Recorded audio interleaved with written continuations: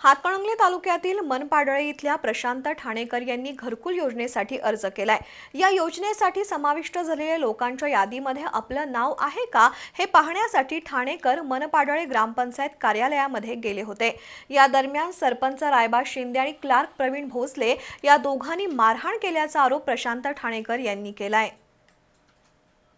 हातकणंगले तालुक्यातील मनपाडळे इथल्या प्रशांत ठाणेकर यांनी घरकुल योजनेसाठी अर्ज केला होता। या योजनेमध्ये आपलं नाव समाविष्ट झालंय का ते पाहण्यासाठी प्रशांत ठाणेकर ग्रामपंचायत कार्यालयामध्ये गेले होते। त्यावेळी त्यांचं नाव घरकुल यादीमध्ये नसल्याचं त्यांना सांगण्यात आलं।